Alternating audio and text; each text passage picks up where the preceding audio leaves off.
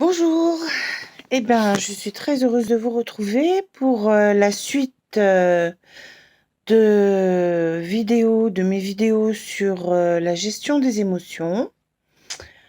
Donc, on va faire, là c'est la deuxième aujourd'hui. Donc, si vous n'avez pas vu la première, je vous invite à regarder d'abord la première parce qu'il y a quand même une continuité. Rapidement, très rapidement, parce que il y a beaucoup à voir aujourd'hui. Euh, la dernière fois, on a parlé du ressenti. Donc, la première des choses, c'est ressentir. On a expliqué qu'il y a certaines personnes qui ne ressentent plus parce que, bon, souvent, c'est parce qu'on est en mode protection, donc on ressent plus. Donc là où on est trop rigide, on est trop, voilà, donc des cristaux avec un système cristallin amorphe, hein, c'est-à-dire il n'y a pas de système cristallin, il n'y a pas de structure pour déstructurer justement, euh, voilà, le, désancrer, déraciner les choses qui décristalliser les choses qui permettent enfin qui empêchent le ressenti. Et on a parlé, donc voilà, les émotions, expression de la vie.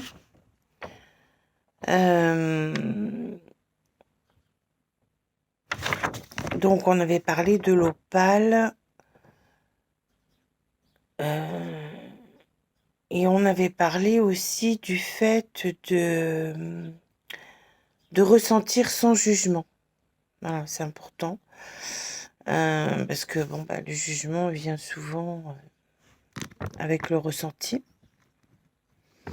Et donc là, on avait plus conseillé la tanzanite. Voilà, donc je reviens pas dessus. Je vous invite à voir la première vidéo. Alors, aujourd'hui, on va entamer un nouveau chapitre. Donc, on est toujours dans la première partie. Première partie, les émotions, expression de la vie. Et là, aujourd'hui, on va parler de la libération des émotions dans un premier chapitre.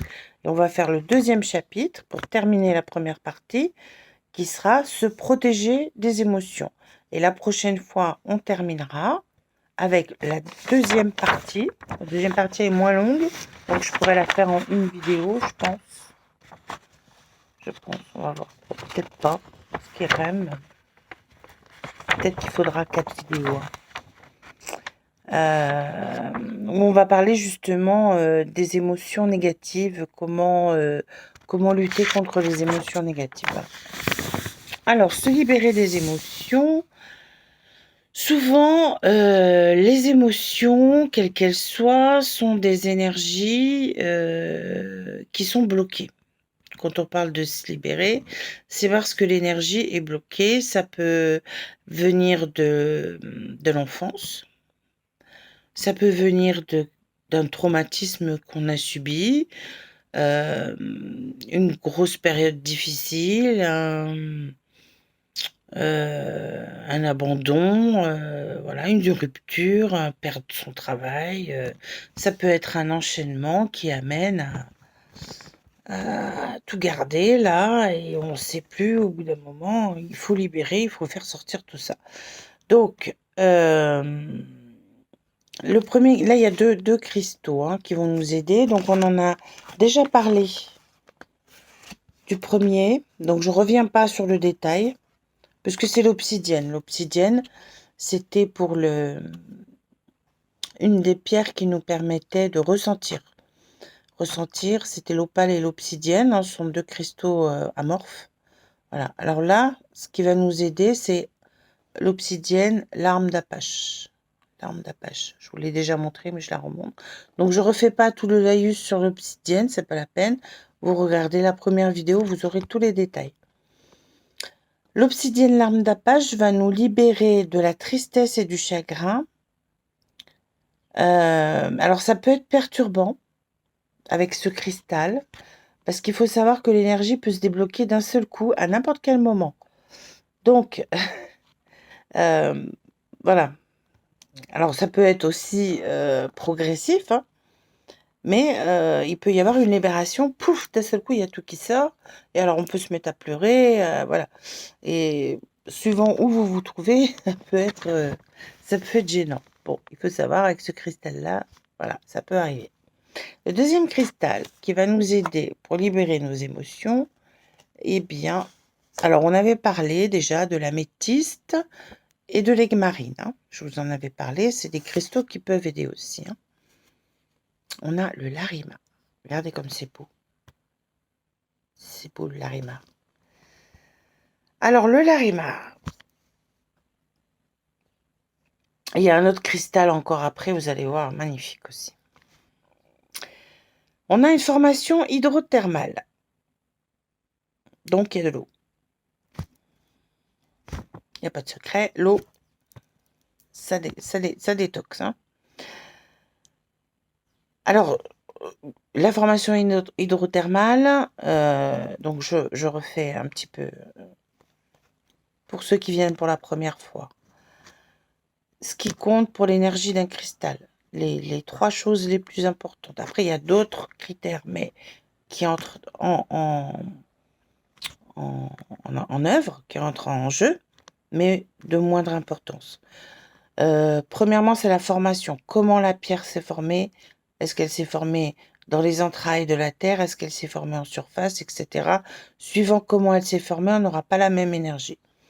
La classe du cristal et le système cristallin. Donc le système cristallin, j'aurais dit rapidement, c'est la façon dont les atomes sont agencés dans le cristal.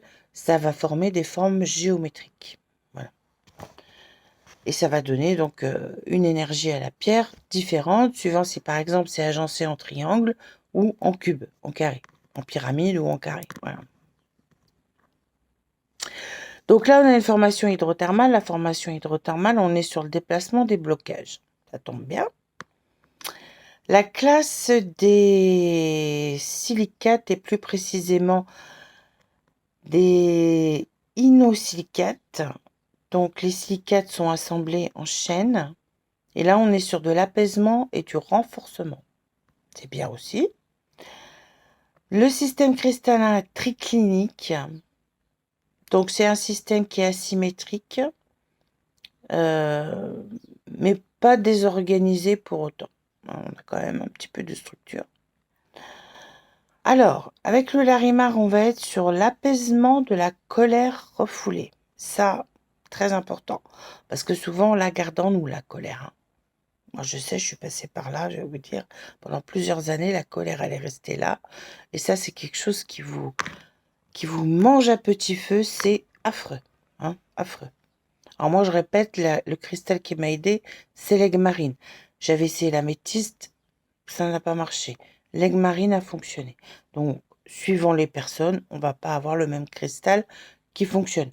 Là, on va vraiment conseiller le Larimar, apaiser la colère refoulée ou contenue. Alors, il faut savoir que le Larimar, voilà pourquoi il fonctionne comme ça, je vous explique. Parce qu'en fait, il s'est formé juste avant l'éruption. Hein, donc là, on a une formation magmatique. Donc le magma magmatique hydrothermal. Le magma, il remonte à la surface avec la force centrifuge. Ça peut, on va avoir donc à un moment donné, il va arriver vers la croûte terrestre, il va arriver vers la surface, il va sortir, qu'on appelle les volcans. Le Larimar, il s'est formé juste avant l'explosion. Et c'est là que c'est important parce que c'est le même phénomène que la colère. Vous savez, à un moment, ça monte, la colère, hein, c'est comme ça, hein. Ça monte et puis ça explose. Voilà. Et bien le Larimar, voilà, c'est la même chose.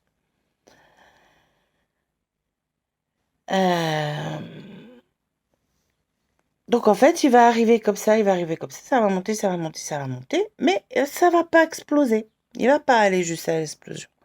Donc il va apaiser. Il va redescendre, il va apaiser. Voilà. Et l'hydrothermal, en fait, c'est donc le magma se refroidit, en arrivant à la surface. Et donc il y a des cristaux qui se forment. On a des très fortes pressions, des très fortes chaleurs, et à la fin, quand les cristaux sont formés, il reste un bain résiduel, ce qu'on appelle, où il y a dedans plein d'éléments minéraux, des métaux, etc., qui vont se réinfiltrer dans les roches. Voilà.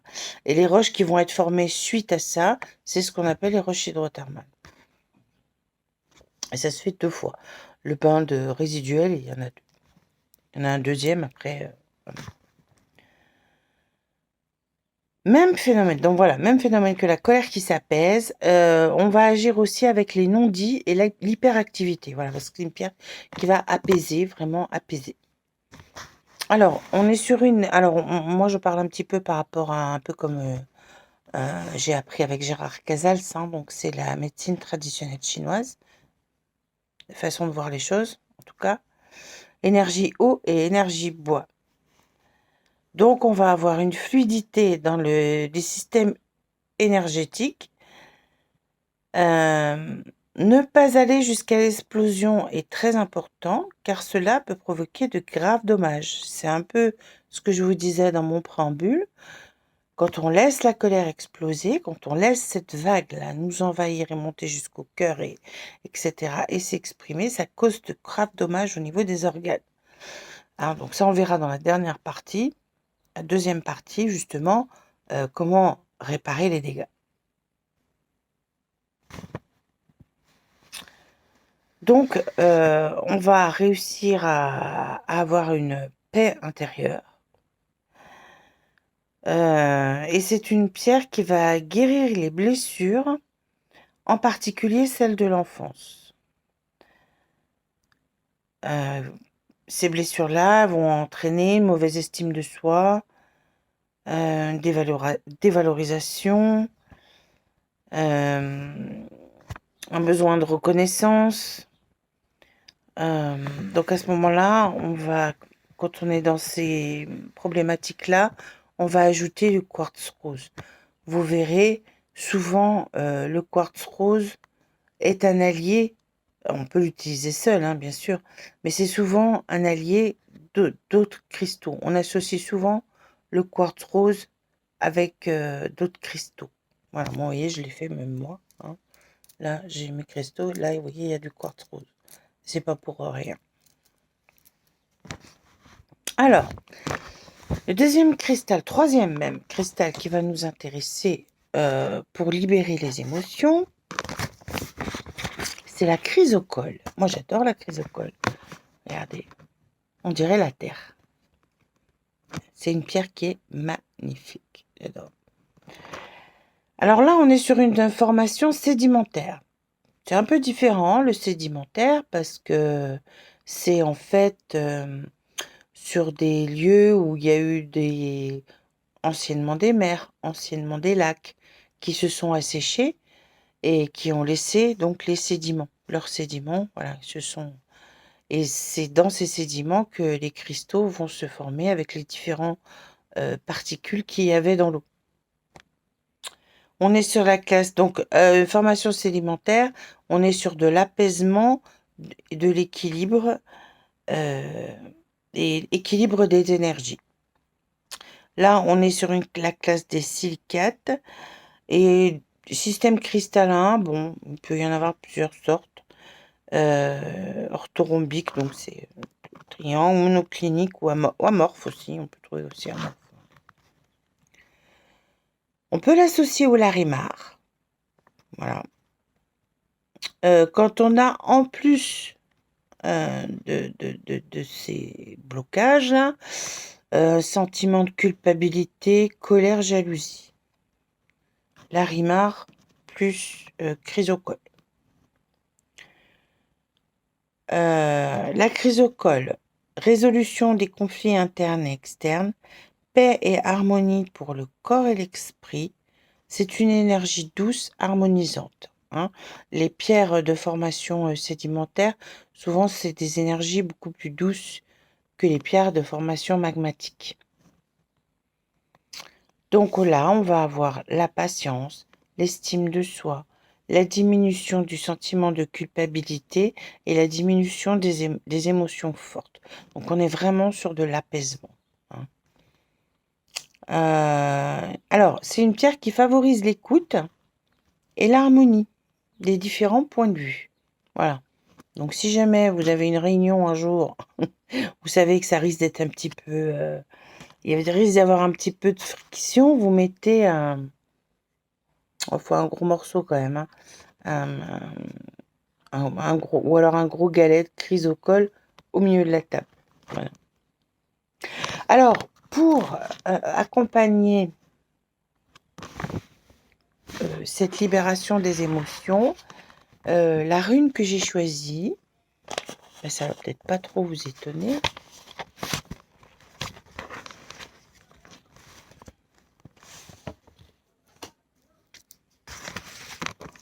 C'est la guse. La guse, c'est l'eau. Tout simplement. Alors, la programmation, comme toujours, hein, je vous expliquais, je vous parlais du mandala. Mandala, en fait, les mandalas, je vais vous faire, après, quand j'aurai fini la gestion des émotions, je vais vous faire les mandalas. Mais en fait, ce que je vous ai conseillé jusqu'à maintenant de faire, c'est pas vraiment un mandala. C'est programmation, ce qu'on appelle une programmation. Donc, on met un prisme de cristal de roche ou une sphère de cristal de roche, un morceau de larimar posé sur une feuille avec la rune dessinée dessus. Voilà. On pose une intention, on pose une demande et on se concentre un petit peu. Voilà.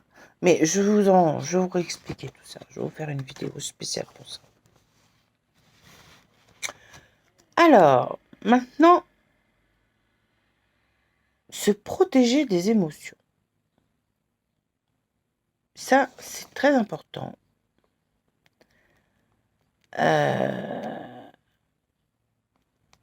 C'est différent de refouler les émotions. C'est pas pareil. On peut être aussi hypersensible. L'hypersensibilité, ça peut être très déstabilisant, voire un handicap. Moi, je sais que je suis une hypersensible. C'est-à-dire que les émotions, les choses, là, j'ai reçois puissance 10 000. Je vous explique pas. Des fois, pour ça, moi, c'est l'œil de tigre qui me... Mais il faut de la protection. Il faut de la protection. Parce que c'est difficile à vivre, hein. L'hypersensibilité, c'est pas toujours évident. Alors là, on va utiliser les bougies. Alors les bougies, c'est un cas vraiment particulier, les bougies. Unique, j'ai envie de dire. Pratiquement. Parce qu'ils vont par paire. Alors, on est sur une formation sédimentaire. La classe des sulfures. Libération des énergies bloquées. Pas mal. Et on est sur un système cristallin cubique. D'ailleurs, on voit bien. Hein.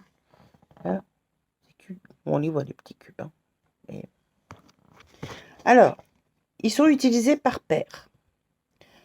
C'est un phénomène très particulier, très rare et peu connu. Il stabilise l'énergie et recentre les corps subtils, surtout émotionnels. Donc c'est très efficace quand on a un choc émotionnel. Il crée une protection en préservant la sensibilité et le ressenti. Pour la petite histoire, ce sont des pierres qu'on trouve uniquement au Kansas, donc aux États-Unis. Hein. En fait, le Kansas est considéré comme le cœur énergétique des États-Unis. C'est un site sacré amérindien. Donc, vous voyez, les énergies. J'ai pas besoin de vous faire un dessin. Il y a des millions d'années, il y avait là une mer intérieure. C'est ce que je vous parlais pour la formation sédimentaire. Donc, il y avait là une mer intérieure qui s'est asséchée, laissant des tonnes de sédiments. Phénomène de fossilisation des organismes marins, plus les sulfures de fer. C'est pour ça que la classe est sulfure. Et ça a formé ces concrétions. Voilà.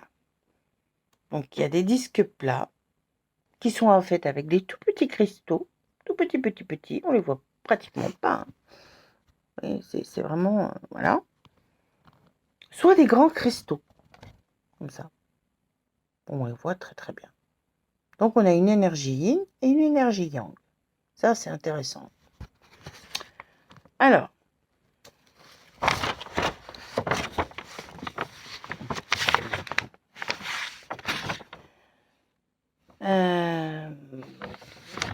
un deuxième cristal qui va nous aider à nous protéger.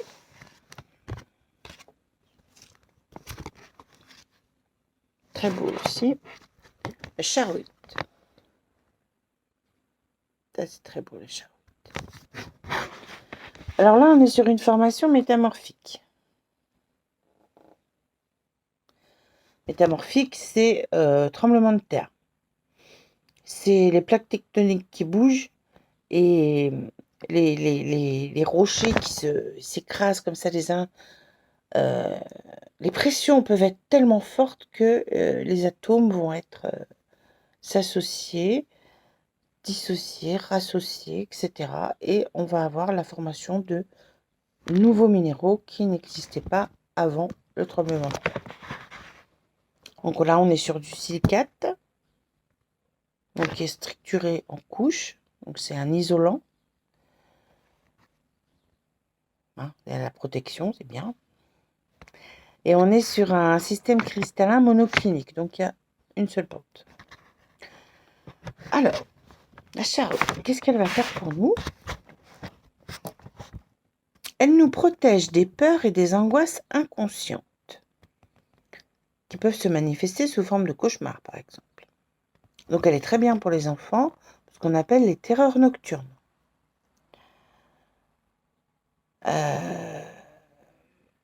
Ou parfois les enfants qui ont simplement peur d'être seuls ou peur du noir. Ça peut aider aussi. On peut associer la charoïte et le quartz rose. On a déjà parlé du quartz rose. Les quartz roses. Voilà. Alors moi j'en ai, mais il est beaucoup plus pâle le mien. On dirait pas du quartz rose. Mais voilà, celui-là il est très clair.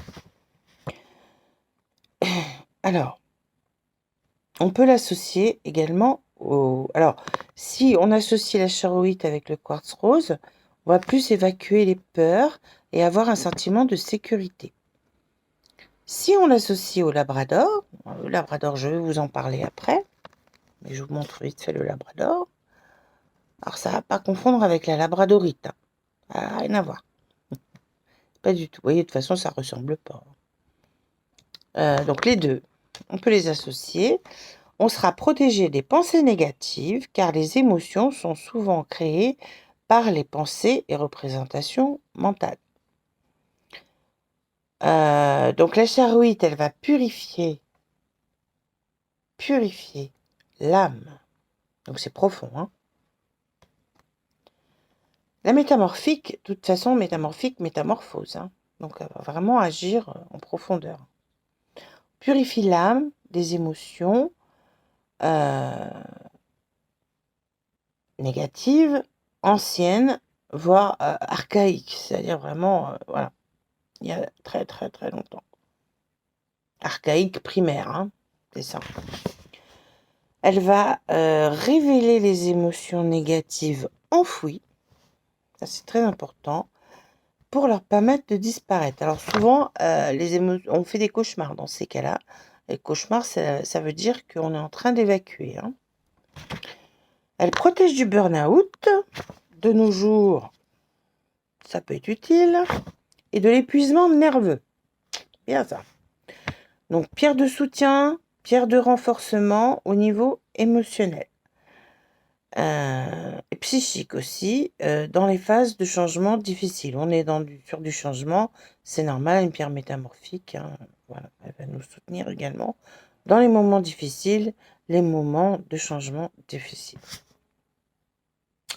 Alors maintenant, je vais vous parler de notre ami quartz rose.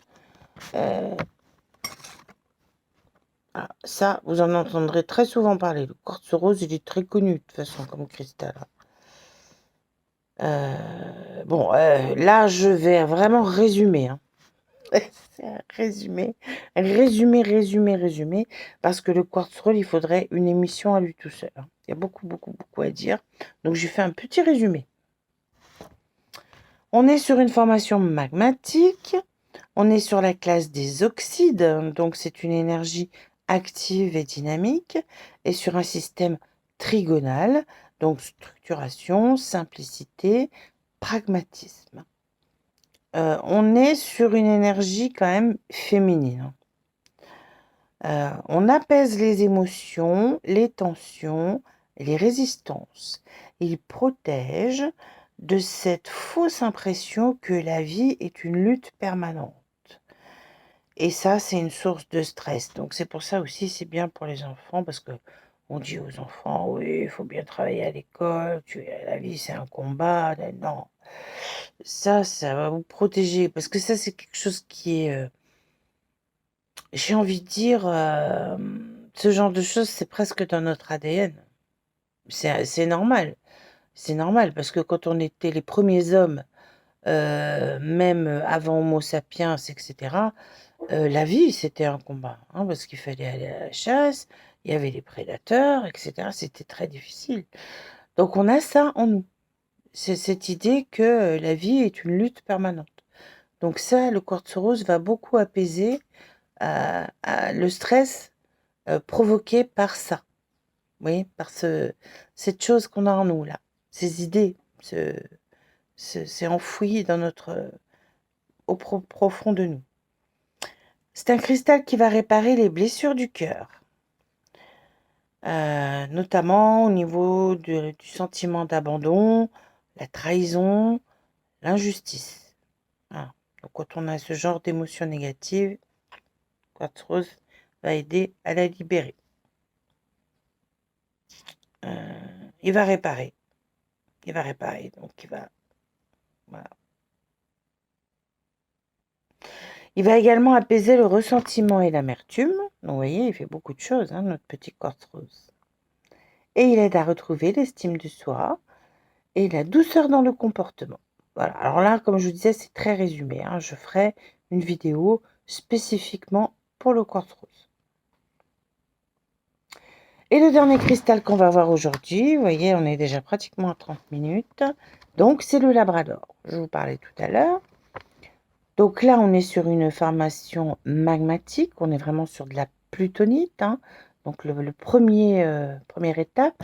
Après, quand on passe sur de l'hydrothermal, donc les bains résiduels, là, on parle de pegmatite. Et plutonite, c'est vraiment le premier. Voilà, le premier magma qui se refroidit. On est dans les silicates. Système cristallin indéterminé. Pourquoi? Ah, eh bien, tout simplement parce que c'est une roche, un peu comme le granit. Donc, c'est-à-dire qu'il y a plusieurs minéraux dedans. Donc, définir un système cristallin, c'est... Bon, on peut pas.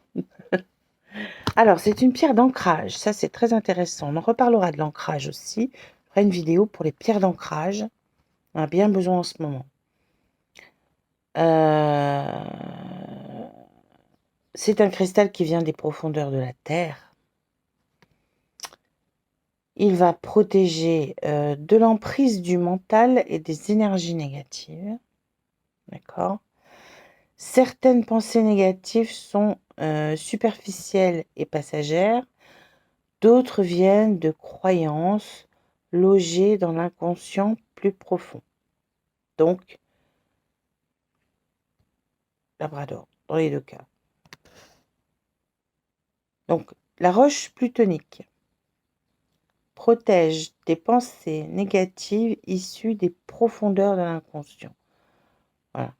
Donc, elle va aller chercher les choses vraiment au plus profond de nous. Alors, au niveau de la rune,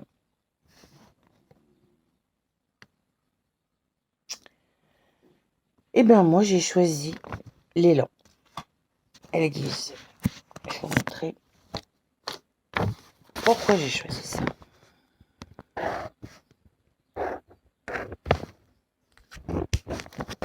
C'est une rune de protection. Moi, j'ai choisi ça parce que c'est l'élan vers le ciel. C'est l'élan.